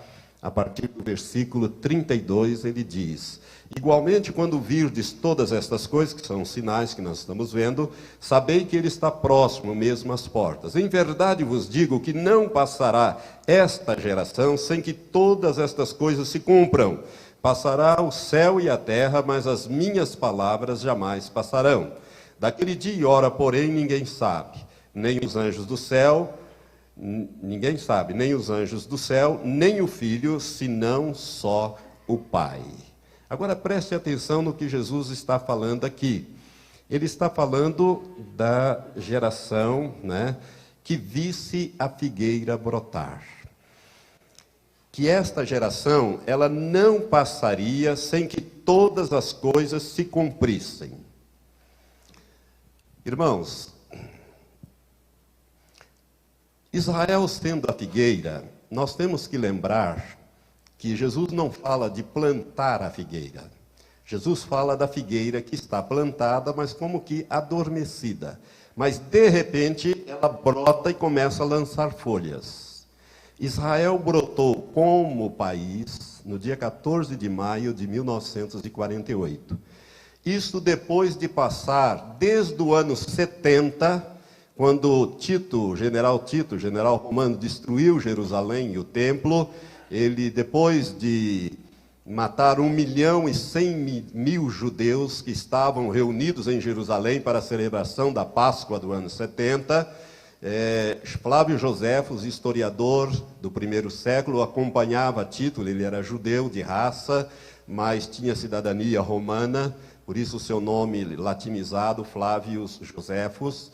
Ele escreve sobre esses acontecimentos numa obra memorável, conhecida como A Guerra dos Judeus. Eu tenho essa obra. Daí ele relata a tomada de Jerusalém. Tito estaqueou Jerusalém em 5 dias e sitiou Jerusalém durante 5 meses, e 1.100.000 judeus morreram nesta mortandade. É uma coisa terrível o que é relatado por Flávio Joséfos. Apenas 98.000 sobreviveram. Desses 98.000, ele os fez escravos, levou-os alguns para Roma, que construíram o Coliseu Romano. Ao lado do Coliseu Romano tem o Arco de Tito. Eu estive lá no Coliseu e vi também o arco que mostra ali em gravuras a tomada de Jerusalém. Né, tem o Arco de Tito, e depois ele espalhou esses judeus pelo mundo inteiro. E eles viveram sem território, sem governo, sem bandeira, durante 1878 anos. Não existe um paralelo na história para se comparar. Deus preservou Israel por causa de uma semana de anos proféticos que tem que tratar com Israel, que é o estudo das 70 semanas proféticas de Daniel, capítulo 9, que nós não vamos fazer, talvez numa outra oportunidade. Mas tem uma semana, ficou uma semana para fora. 69 já se cumpriram com a morte do Messias, quando eles rejeitaram e crucificaram o Messias. Deus fez parar ali a história dos judeus, profeticamente falando. A história secular continuou, mas profeticamente ele fez parar ali e abriu um parênteses e revelou um mistério que estava oculto até então, que é o período da graça que dá a formação da igreja. Mas o tempo de Israel voltar para poder tratar com Israel a última semana, porque a profecia de Daniel 9, ela refere-se a Israel, ao povo de Israel. Então, é uma profecia muito importante e o tempo chegou. E Deus, então, usou um chicote chamado Adolf Hitler para desalojar os judeus, principalmente da Europa, porque eles estavam muito bem colocados na sociedade europeia, eram homens e mulheres influentes, ricos, proeminentes, mas usou um chicote chamado Adolf Hitler e desalojou-os de lá, e eles chegaram à conclusão que o único lugar seguro para eles era eles terem uma pátria. Foi criado, então, pela ONU, em 1947, quando presidia a sessão da ONU brasileira Oswaldo Aranha. Foi criada, então, a partilha da Palestina, do protetorado da Palestina, e foi criado o Estado de Israel, que foi proclamado por Ben Gurion no dia 14 de maio de 1948, a figueira brotou. A figueira brotou em 14 de maio de 1948, 1878 anos. Irmãos, isto é um milagre que só Deus poderia fazer. Nenhum povo duraria todo esse tempo e voltaria a se tornar novamente uma nação. Não há nenhum registro em toda a história de casos semelhantes para que se possa comparar. A figueira brotou, então, nesta data. Aí vem a pergunta: pastor, quanto tempo dura uma geração? Uns dizem 20 anos, outros 40, outros 60, outros 70, alguns 120, até 800 anos.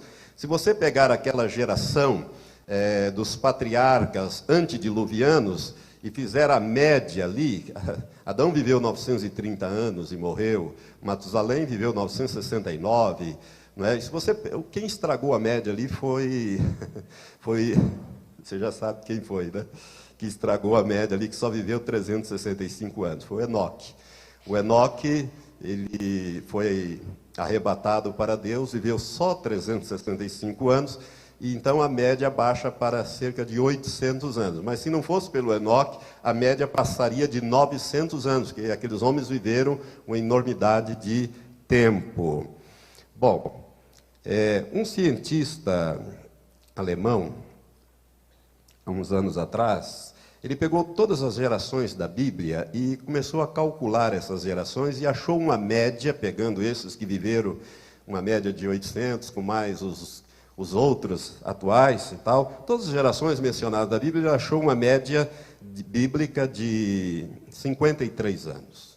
Então nós vemos que Adão viveu 930, depois que Deus disse que os dias dos homens seriam só 120, começou a baixar. Abraão já viveu 170, Isaac 180, Jacó 147, Moisés foi o último que viveu 120. E Moisés estava em pleno vigor, ele poderia ter entrado na terra prometida, porque a Bíblia diz que os seus olhos nunca se escureceram, né, como o meu e de muitos outros. Né? Moisés tinha uma visão perfeita e nem o seu vigor físico feneceu. Ele estava em plena forma com 120 anos. Mas, por uma desobediência, Moisés foi um homem ferido pelo rebanho. Né? Ficou nervoso lá com o povo, com aquela agitação toda, e Deus tinha dito, fala a rocha, e ele pegou e bateu na rocha. E a rocha era Cristo, e o resultado foi Deus disse para ele, você não entra na terra prometida. Você vai vê-la, mas não vai entrar nela. Irmãos, Moisés foi o último homem na Bíblia que viveu 120 anos. A Noé, que foi o último daquela geração que viveu mais de 900 anos, Deus disse, olha, a duração do homem vai ser 120 anos. E a Moisés, que foi o último que viveu 120, Deus disse no Salmo 90, a duração da nossa vida vai ser de 70 anos. Se alguns, pela robustez, chegam a 80, 90, o melhor deles é enfado e canseira. Imagina o pior, se o melhor é enfado e canseira, né? Imagina o pior. Então Deus reduz, ele diz a Moisés que a duração da nossa vida é de 70 anos. Davi emplaca os 70 anos, mas assim em cima, quase que não chegando. Salomão também 70. E dali para frente você vai vendo que vai diminuindo. Hoje, com a melhoria da qualidade de vida, nós já estamos vivendo um pouco mais de 70. Mas, como diz a Bíblia, enfado e canseira, né, quando passa dos 70. Infelizmente. Então, no meu entendimento, irmãos, você pode entender diferente, mas no meu entendimento, uma geração duraria 70 anos. Então, eu estou explicando que tudo isso que eu acabei de dizer agora, essa explicação que eu estou dando, no meu entendimento, a duração da vida do homem hoje, Deus fixou em 70 anos. Agora, você que é rápido em matemática, já está fazendo contas aí, né? Se a minha especulação estiver certa, ela pode estar errada. Ela pode estar errada, eu quero deixar isso bem claro, para que ninguém diga que eu estou marcando a volta de Jesus para tal dia ou para tal hora. Aliás, Jesus disse que daquele dia e hora ninguém sabe. Agora, os teólogos, os eruditos, dizem que Jesus estava falando de um dia específico, de uma hora específica, e não de uma época. O texto no grego daria este entendimento. Eu não sei, mas já ouvi isto.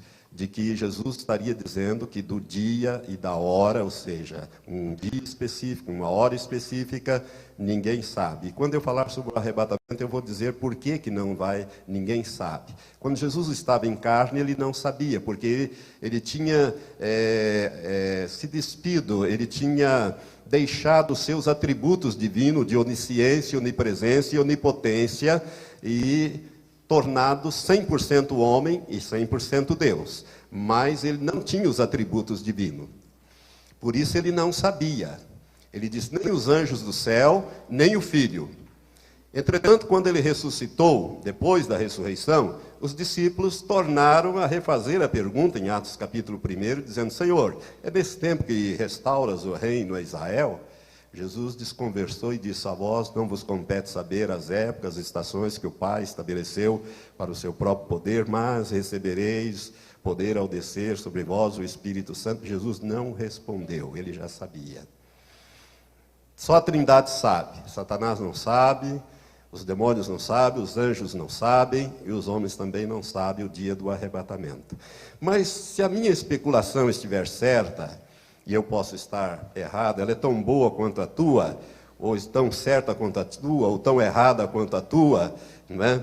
Se ela estiver certa, dentro de mais ou menos 10 anos, ou seja, soma 1948 mais 70 anos, nós vamos para o ano 2018. Que anos nós estamos? 2009. Quantos anos faltaria para que tudo se cumpra? Olha o que Jesus disse. Não passará esta geração sem que se cumpra todas as coisas. Ou seja, ele teria que arrebatar a igreja e vir com a igreja em poder e grande glória, travar a batalha do Armagedon, lançar o anticristo e o falso profeta no lago que arde com fogo e enxofre, aprisionar Satanás e os demônios no abismo e estabelecer o seu reino milenial. Isto dentro desse período de tempo. Jesus diz, pode passar os céus, pode passar a terra, mas as minhas palavras jamais passarão. Ele disse, Em verdade vos digo que não passará esta geração sem que todas as coisas se cumpram. Irmãos, é bom esclarecer aqui que o pronome demonstrativo este ou esta, no grego ele não tem essa conotação que tem em português. Nós dizemos, né, este copo, aquele copo, este copo, esse copo, aquele copo. Mas no grego não, é tudo igual. Então, Jesus estava falando de uma geração que visse os sinais acontecer. Ele não estava falando para a geração que estava ouvindo-o, mas sim para a geração que visse todas estas coisas acontecerem. Por isso que os discípulos fizeram a pergunta: Senhor, quando é que o Senhor vai voltar? Jesus não tinha ido ainda. Eles já queriam saber quando é que Jesus iria voltar. Irmãos, esse sinal é tão importante porque até 1948 os estudiosos diziam, bom, Israel não vai voltar para a terra, quer dizer, como é que fica? Então substituíram Israel pela igreja. Essa substituição não é correta. Não é correta. Israel é o povo eleito de Deus, é o povo escolhido. Deus ama aquele povo e trata duramente com aquele povo, e Deus não se arrepende dos seus dons, a Bíblia diz isso, né? Mas Deus tem uma semana de anos para tratar com eles. E eles vão receber o Messias, o anticristo como Messias. Tudo isso está previsto dentro da Bíblia. Então, todas estas coisas estão para acontecer. Então, se Israel realmente é a figueira, e se uma geração dura em torno de 70 anos, poucos anos nos separam da implantação do reino de Deus aqui na terra. Quando nós vamos governar toda a terra. Porque a Bíblia diz em Apocalipse 5 que ele comprou homens de todas as tribos, língua, povos e nações, homens e mulheres, e os fez reis e sacerdotes, e eles reinarão sobre a terra. Nós vamos aprender a governar aqui durante 1000 anos, para depois governarmos todo o reino de Deus, todo o universo. Irmãos, Deus não estava criando galáxias, sistemas, estrelas, né, que são bilhões e bilhões e bilhões, porque ele não tinha nada para fazer. Não. Deus sempre faz as coisas com um propósito. Deus não faz nada sem propósito. Tudo que Deus criou tem um propósito. Aliás, a Bíblia diz que Deus fez tudo para um fim, até o ímpio para o dia do mal. Sabia disso? Você riu, mas é verdade. Está escrito isso na Bíblia. Deus criou tudo para um fim, até mesmo o ímpio para o dia do mal. Eu não sei, mas essas coisas falam comigo, quiçá falem com você também. Para mim, este sinal é extremamente importante, porque nós estamos no limiar de grandes acontecimentos na face da terra. Jerusalém, meus irmãos, é o centro do conflito árabe-israelense, e ela está se tornando uma pedra pesada para todas as nações em redor. Por quê? Porque Israel tomou na Guerra dos 6 Dias, tomou da Jordânia a parte velha da cidade de Jerusalém, e a tomada da parte velha foi muito difícil. Moshe Dayan, ele não permitiu ao uso de tanques, nem morteiros, nem coisa. Foi tomada homem a homem para não destruir as construções antigas. Foi uma tomada muito difícil, né? E para mim ele cometeu um erro fatal, deixou as mesquitas lá, né? Porque ali vai ter que ser reconstruído o templo, né? O templo vai ser reconstruído todo dentro desse período aí que nós estamos examinando agora aí de poucos anos. Mas Jerusalém hoje está se tornando uma pedra pesada para todas as nações. Israel anexou por lei Jerusalém e as colinas de Golã ao seu território. De todos os territórios que ele conquistou, só esses 2 ele anexou. As colinas de Golã, por causa das nascentes do rio Jordão, que abastece o mar da Galileia, e são estratégicas na defesa contra a Síria, e a parte velha da cidade de Jerusalém, unificando Jerusalém, e proclamou Jerusalém, por lei, a capital eterna do Estado de Israel. Agora, a situação vai se complicando. vai se complicando. Por quê? Porque todos querem Jerusalém. Os judeus a têm por sua capital eterna. Os palestinos querem a parte velha, que Israel conquistou da Jordânia em 67, como a capital do futuro Estado palestino a ser criado. Eles não abrem mão da parte velha da cidade de Jerusalém. E o Papa, que está por lá esses dias, quer internacionalizar Jerusalém. Aliás, essa ideia não é só do Papa, é de muitos países, principalmente da Europa. Internacionalizar Jerusalém, tornar Jerusalém uma cidade aberta. Seria uma solução para estes problemas. E a Bíblia fala de que Jerusalém se torna uma pedra pesada para todas as nações. Se você ler em Zacarias, você vai ver no capítulo 14, o capítulo 12 e o capítulo 14, você vai ver que Deus fala que nos últimos dias Jerusalém se tornaria uma pedra pesada para todas as nações e que aqueles que tentassem erguê-la seriam feitos em pedaços e sobre quem ela caísse seria reduzida a pó. Então, o pomo da discórdia é Jerusalém. E o governo que acaba de assumir, liderado pelo primeiro-ministro Benjamin Netanyahu, ele não vai entregar Jerusalém. Pode ter certeza disso. Estamos terminando. Derramar do Espírito Santo. Esse é um dos sinais da volta de Jesus.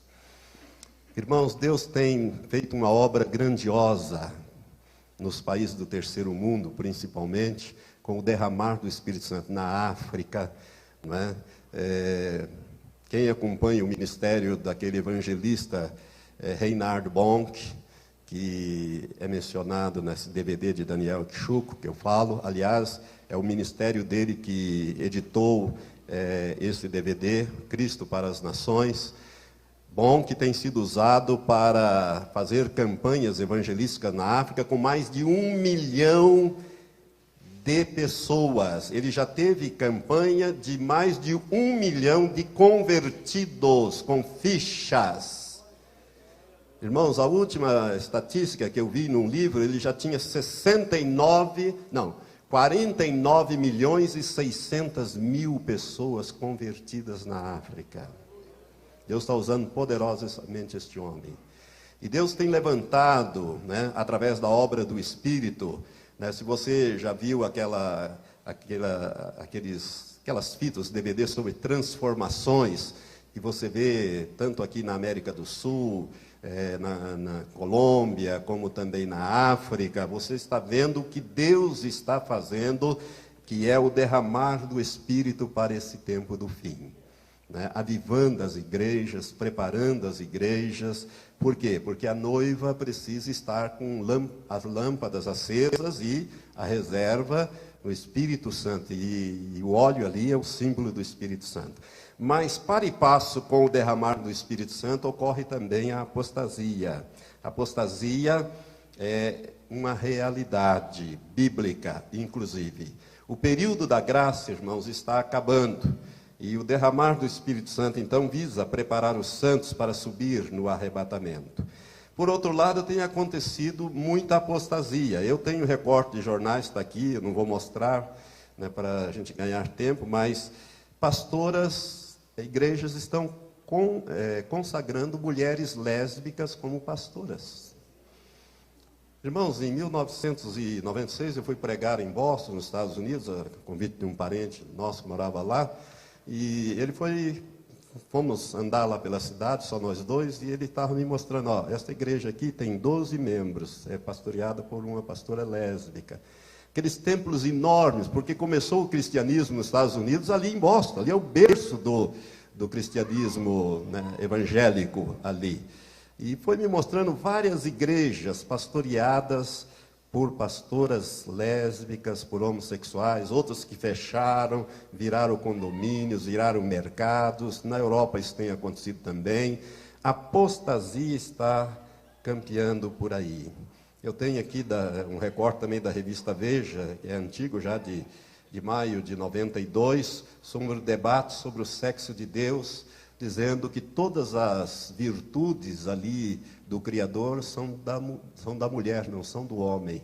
Então já criaram uma Bíblia em que já não fala mais de Deus como homem, mas como uma mulher. Essas coisas são apostasia que estão vindo por aí. Irmãos, existem seminários que estão ensinando esta heresia, que não houve o nascimento virginal de Jesus. Ora, se Jesus não foi gerado pelo Espírito Santo em Maria, então ele foi gerado por um homem. Foi gerado por José. Ele é uma fraude. Ele precisa de tanta salvação, de ser salvo, como eu e você. Isso aqui tem uma implicação tremenda. Se não houve o nascimento virginal, né, se a Virgem não deu à luz a um filho gerado pelo Espírito Santo, então Jesus de Nazaré é uma fraude. E nós estamos perdidos. Porque ele é tão pecador quanto eu, nasceu com a mesma natureza caída do que eu e você. Você está entendendo as implicações disso? É uma coisa terrível que tem sido ensinado por aí, e outras heresias que a gente nem deve colocar essas coisas aqui. Espíritos de engano e doutrinas de demônios. 1 Timóteo 4, de 1 a 5, fala que nos últimos dias, ocorreriam então o desvio de muitas pessoas, alguns apostatarão da fé, dando ouvidos a espíritos de engano e a doutrinas de demônios. Eu tenho no meu site, se você quiser anotar o meu site, esse que aí está, eu tenho no meu site uma profecia chamada Solenes Advertências Proféticas, que foi dada há mais de 20 anos atrás a um homem chamado Stanley Frodsham, nos Estados Unidos. Ela é uma profecia em que o Senhor Jesus adverte, é uma profecia muito séria, sobre as heresias que ocorreriam, a apostasia e principalmente sobre o espírito de engano. O Senhor disse que muitos dos seus servos, a quem ele usaria poderosamente, seriam levados às alturas, mas seriam tomados por espíritos de engano e desviariam muitos dentre o meu povo, o Senhor disse. Por isso, meu irmão, cuidado ao seguir homens. É claro que nós temos que honrar os nossos líderes, mas você tem que ver nele o fruto do Espírito. Cuidado com dons. Porque Jesus disse em Mateus 7, quando ele fala dos falsos apóstolos, dos falsos profetas, em Mateus capítulo 7, ele diz que muitos viriam e diriam a ele: Senhor, Senhor, em teu nome não profetizamos? Em teu nome, presta bem atenção nisso, em teu nome não profetizamos? Em teu nome não expelimos os demônios? Em teu nome não operamos maravilhas? Irmãos, o dom de operação de maravilhas era o dom que Moisés tinha. É você ter alguém com o braço decepado, você orar e o braço crescer, a perna crescer. Isto é operar maravilha, é muito mais do que curas e milagres. Jesus não nega que eles não tenham feito no nome dele, mas ele diz, Jesus continua dizendo ali, é bom até a gente ler, já que nós estamos aqui pertinho, Mateus capítulo 7, Jesus é claro e enfático a esse respeito, ele diz: Senhor, essas pessoas dirão, Senhor, Senhor. Jesus diz: nem todo que me diz Senhor, Senhor entrará no reino dos céus, mas aquele que faz a vontade de meu Pai que está nos céus. Muitos me dirão naquele dia: Senhor, Senhor, não profetizamos nós em teu nome não expulsamos demônios, e em teu nome não fizemos muitos milagres? Então lhes direi claramente: nunca vos conheci. É interessante que algumas pessoas dizem: bom, essas aqui eram gente que não era nascido de novo. Presta atenção, o que Jesus está querendo dizer aqui não é isso não. Jesus está querendo dizer aqui é que ele não tinha intimidade com essas pessoas. Nunca vos conheci, apartai-vos de mim, todos vós que praticais a iniquidade. Irmãos, a palavra iniquidade na Bíblia ela tem vários sentidos, mas um dos sentidos principais dela, e nesse texto é este, é aquele que anda sem lei. Ou seja, apartai-vos de mim, todos vós que praticais a iniquidade. Ou seja, que andam contra contrários à minha lei, à minha palavra. Olha para a vida das pessoas que você está seguindo, ou está com elas. Precisa ter fruto do Espírito. Porque sem fruto do Espírito você não vai herdar o reino de Deus. Basta você ler lá Gálatas 5, quando o apóstolo Paulo escreve sobre as obras da carne e escreve sobre o fruto do Espírito. Sem dons, você herda o reino de Deus, mas sem fruto, não. Mesmo porque Jesus deixou isso muito claro. Em João capítulo 15, ele disse: eu sou a videira verdadeira, meu pai é o viticultor, e toda vara em mim que não dá fruto, o pai corta. Tais varas são lançadas fora, versículo 6, secam, são recolhidas e lançadas no fogo. Nós temos que produzir fruto, e ali é sempre no singular, João 15. Fruto, porque se refere ao fruto do Espírito, ou seja, aquilo que o Espírito de Deus produz em nós, quando nós deixamos o Espírito de Deus trabalhar em nós e nos moldar na imagem do seu Filho Jesus, conforme fala Romanos capítulo 8, versículos 29 e 30. Então nós precisamos tomar cuidado, viu? Porque nós estamos vivendo num tempo muito problemático. Espíritos de engano que ensinam doutrinas de demônios vai desviar muita gente do caminho. Aumento do demonismo no mundo, eu já estou encerrando. Igrejas satanistas nas igrejas. Precisa tomar cuidado, porque nós temos visto essas coisas acontecerem. Pessoas que vêm para dentro das igrejas para destruir as igrejas. Quando você faz o apelo, eles vêm à frente. Se é uma igreja carismática que fala em língua, eles falam em língua, só que línguas satânicas, amaldiçoando o pastor, amaldiçoando a igreja, não é?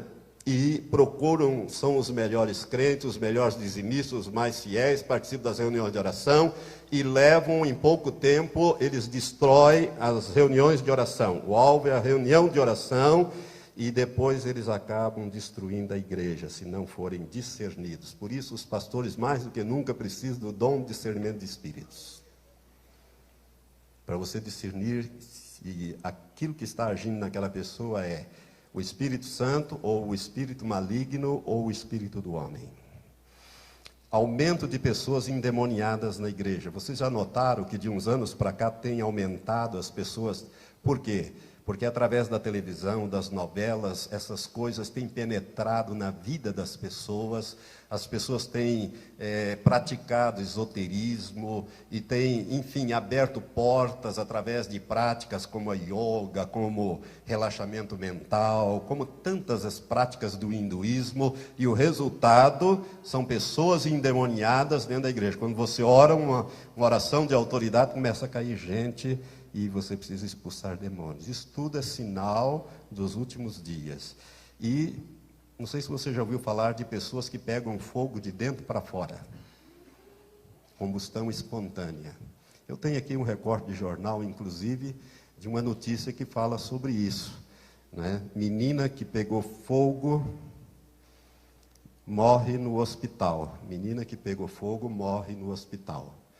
Né? Ela pegou fogo de dentro para fora. Irmãos, esses casos têm sido inclusive estudados por cientistas que não conseguem chegar a uma conclusão. Nos Estados Unidos, em 1993, foram catalogados 1.760 casos de pessoas que se incendiaram de dentro para fora. São demônios. Esta menina lá de Curitiba, ela dizia que o negão queria matá-lo, que o negão queria matá-lo. Né? A família, em vez de levar a uma igreja, um pastor, para expulsar aquele demônio, né? Quando ela voltava da padaria com o sobrinho dela nas mãos, ela entregou a criança para a irmã dela e disse: pega o seu filho porque eu estou começando a queimar por dentro. E a irmã dela viu ela incendiar-se de dentro para fora, de cima para baixo. Morreu, queimou totalmente. Isto é o aumento do demonismo no mundo. Por isso nós precisamos fazer batalha espiritual diária. Temos que tomar posse e exercer a nossa autoridade. Pastor Jonathan é um batalhador, nós fazemos batalha espiritual todos os dias da nossa igreja. Nós tomamos posse daquela cidade, daquela região para o Senhor, e o resultado tem sido uma maravilha, irmãos. Né? As pessoas têm se convertido, porque o Senhor me deu, quando eu comecei aquela obra, o Senhor me deu um entendimento de que Deus quer salvar a todos, não é verdade? Muitas vezes a gente fica orando, Senhor, salva o fulano, salva o Beltrano. Parece até que a gente tem que ficar, vamos assim, arrancando de Deus a salvação daquela pessoa, quando a Bíblia diz que Ele deseja salvar a todos, que Jesus pagou o preço para salvar a todos. Mas há alguém que não quer que ninguém se salve. Então são os demônios que trabalham na vida da pessoa. O que nós temos que fazer? Amarrar, imobilizar e amordaçar esses demônios e impedir que eles ajam na vida da pessoa, para que a pessoa, e pedir que Deus trabalhe através dos seus anjos e do seu Espírito Santo na vida daquela pessoa, para que ela fique livre para receber a palavra de Deus. O resultado tem sido que as pessoas têm procurado a igreja. Nós temos vários casos de pessoas que vêm procurando a igreja. E o último sinal, para encerrar, que eu acho que é o último que falta acontecer, é a revelação do anticristo. O anticristo é o último sinal que marca este período de sinais que nós estamos vendo. Irmãos, a Bíblia é muito clara em 2 Tessalonicenses, capítulo 2, eu copiei o texto aqui com alguns destaques que eu fiz para você entender. No capítulo 2, o apóstolo Paulo, as duas cartas à igreja de Tessalônica, na primeira o apóstolo Paulo fala como será o arrebatamento no capítulo 4. E capítulo 4, a partir do versículo 13, que nós vamos ler quando falarmos do arrebatamento. Vamos analisar quando falarmos do arrebatamento. E a igreja de Tessalônica ficou muito preocupada, e Paulo escreveu uma segunda carta para aclarar melhor a primeira. E ele diz ali, no capítulo 2, ora, quanto à vinda de nosso Senhor Jesus Cristo e a nossa reunião com Ele, o que é a vinda de nosso Senhor Jesus Cristo e a nossa reunião com Ele?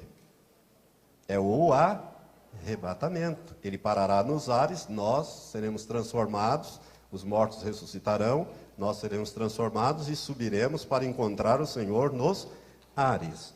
Então, quanto à vinda de nosso Senhor Jesus Cristo e a nossa reunião com Ele, que é o arrebatamento, rogamos os irmãos que não vos movais facilmente do vosso modo de pensar, nem vos perturbeis, quer por espírito, quer por palavra, quer por epístola, como enviada de nós, como se o dia do Senhor já estivesse perto. Ninguém de modo algum vos engane, porque isto, ou seja, o arrebatamento, ou a vinda de nosso Senhor Jesus Cristo e a nossa reunião com Ele, o arrebatamento, não sucederá sem que venha primeiro a apostasia e seja revelado o homem do pecado, que é o anticristo, o filho da perdição, que é outro nome dado a ele, aquele que se opõe, se levanta contra tudo o que se chama Deus ou objeto de adoração, de sorte que se assenta no santuário de Deus, apresentando-se como Deus. 2 Tessalonicenses 2, de 1 a 4, com os destaques e acréscimos que eu fiz aqui. Então, a igreja estará na terra, porque esses dois sinais teriam que acontecer. Tem que vir primeiro a apostasia e ser revelado o anticristo. Agora eu vou te dar uma chave, já que eu não vou falar sobre o anticristo aqui, vou te dar uma chave para você ficar esperto. Fica muito esperto. O homem que estiver à frente de uma confederação de 10 países na Europa, que é o antigo Império Romano restaurado, hoje são 27 países que estão lá, mas já não está dando lá muito certo. Há uma tendência de criar um outro sistema, inclusive de defesa na OTAN. Eu não sei como isso vai ser, mas 10 países, porque são 10 chifres. O homem que estiver à frente de uma confederação de nações na Europa e fizer um tratado de paz e de proteção de Israel para durar 7 anos, este homem é o anticristo. Não tenha dúvida disso. Tá? Não perca isso de vista. E quando eu falar amanhã sobre Gog e Magog, você vai ver que a próxima guerra que está na iminência de acontecer terá como resultado o aparecimento do anticristo. Mas isso nós vamos falar amanhã com a graça de Deus. Irmãos, tudo isso que nós falamos pode ser tão somente a ponta de um iceberg.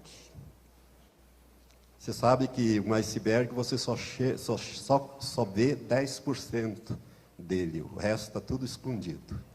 Tudo isso que falamos pode ser nada mais, nada menos do que a ponta de um grande iceberg. Que Deus te abençoe. Vamos ficar em pé.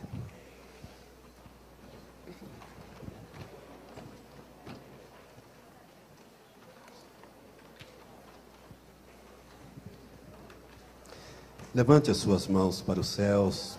Agradeça a Deus agora. Hoje o Senhor te trouxe revelações. Pai, nós queremos te agradecer por esse estudo, Senhor. Ó Deus, nós sabemos que se aproxima o dia em que Jesus virá à terra. E Ele virá em poder e grande glória com a igreja, com os anjos, para tomar posse daquilo que Ele conquistou na cruz, na sua morte e na sua ressurreição. Pai, nós queremos participar desse dia glorioso e reinar aqui, Senhor, como reis e sacerdotes sobre a terra, porque é desejo do Senhor. Ele pagou um preço para isto, Pai, um preço de sangue. Mas, Pai, nós queremos estar preparados para o dia do arrebatamento. Por isso, Senhor, que esta palavra não volte para ti vazia. Antes ela faça aquilo que te apraz e prospere naquilo para qual tu a enviaste, que é a preparação dos santos para o arrebatamento. Maranata, vem logo, Senhor Jesus. Esta é a nossa oração, em nome de Jesus. Amém, Senhor. Amém. Graças a Deus.